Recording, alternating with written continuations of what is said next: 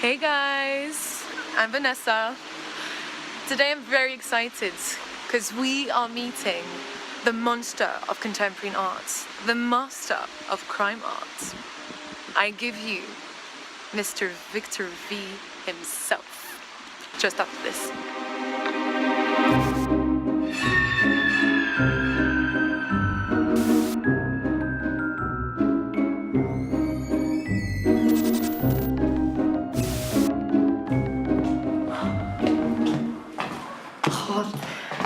Thank you so much, Mr. Victor V, for accepting this interview for Pimp My Crime.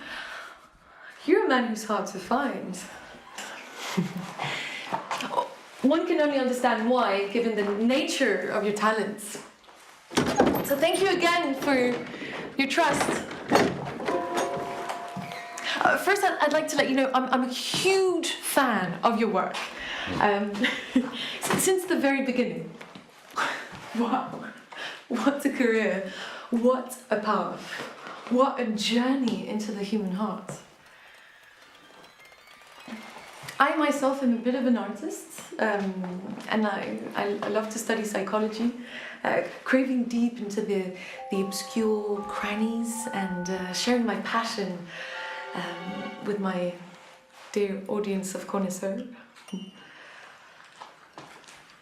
But you, Mr. Victor V, you are a master. Please. Call me Victor. And by the way, I'm a huge fan of your show. And you are a very stunning, beautiful young lady. Very inspiring. You're flattering me now, Victor. It is a bloody honor.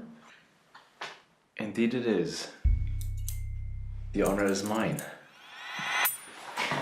Okay, so I usually start by drawing a quick portrait of our guests' greatest success for our new followers, for them to get into crime art and catch up with the curriculum and personality of our artists. But today, I'd like to get directly in the heart of the subject. Okay, your mother was a fine arts teacher and your father was a butcher. Yes. According to your parents, you were a brave, quiet and normal kid with a happy childhood. So I guess there was something else. Well, I'm not sure if normal is the right quality. You see, my family was always very caring. I've always been at the center of attention and the center of their world.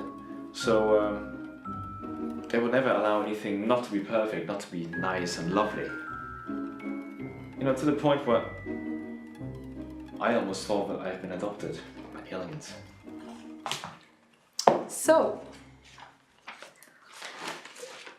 what was the drawing and painting when you were a nice little boy? One day I presented a picture to my mother, expecting her to criticize it so that I could better myself. Well, instead, she praised it. And I didn't understand because, quite frankly, the picture was crap.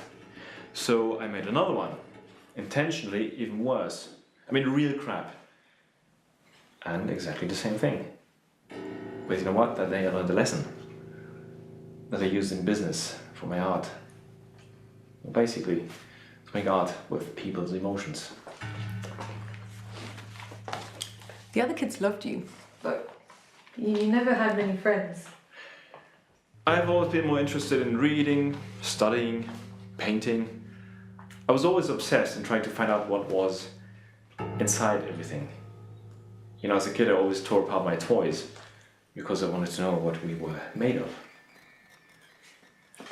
You were a very curious and creative child. I heard once you tore apart your cat.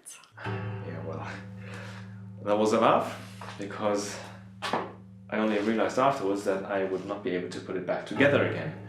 So yes, I decided to create my first organic sculpture.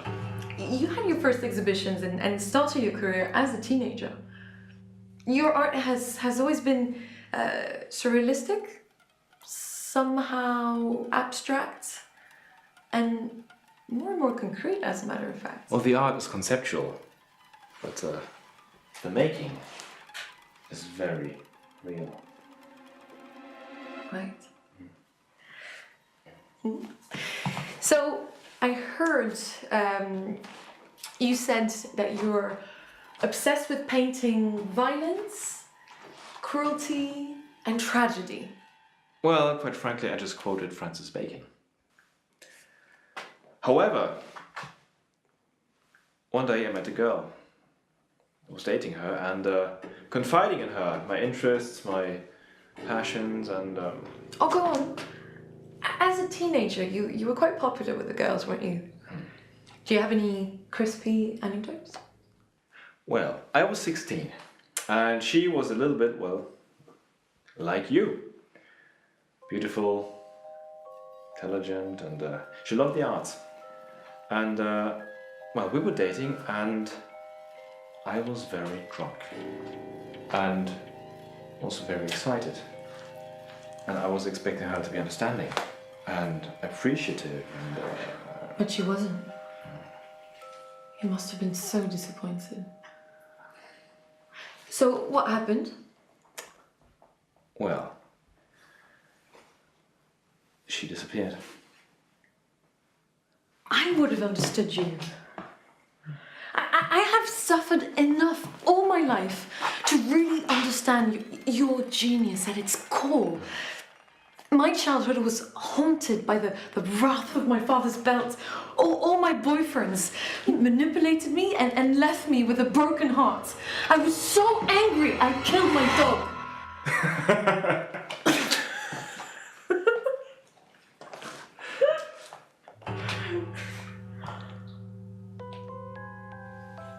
Yeah. There she is, my date. You see, she really never left me.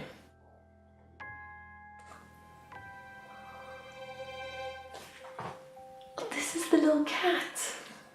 Oh, you kept him as well. Mm-hmm. This is amazing. You can really see the emotional charge involved in your creative process. So, what advice would you give a young artist who would want to start a career in crime art?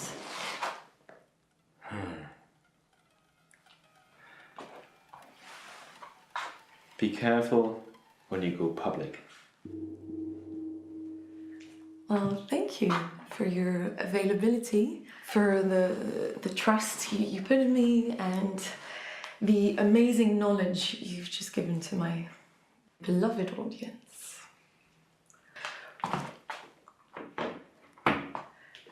Can I ask you something special, Victor? I'm impressed, and I don't know if I dare, but I'd like to be a part of this. In a way, maybe your assistant, your student. Oh, your muse.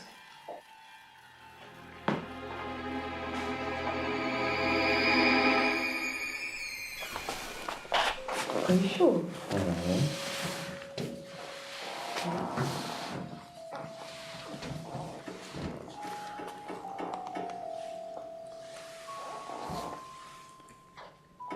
Get in there.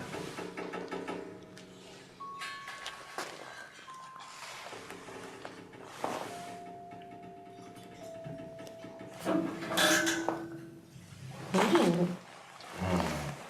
Thank you. You have no idea. Well, my time to draw your portrait. You see, my mom, she wasn't an alcoholic. No. She used to drink to get inspiration for her writing. I don't have a problem with that. And the profilers, they've got it all wrong. Now, what do you think?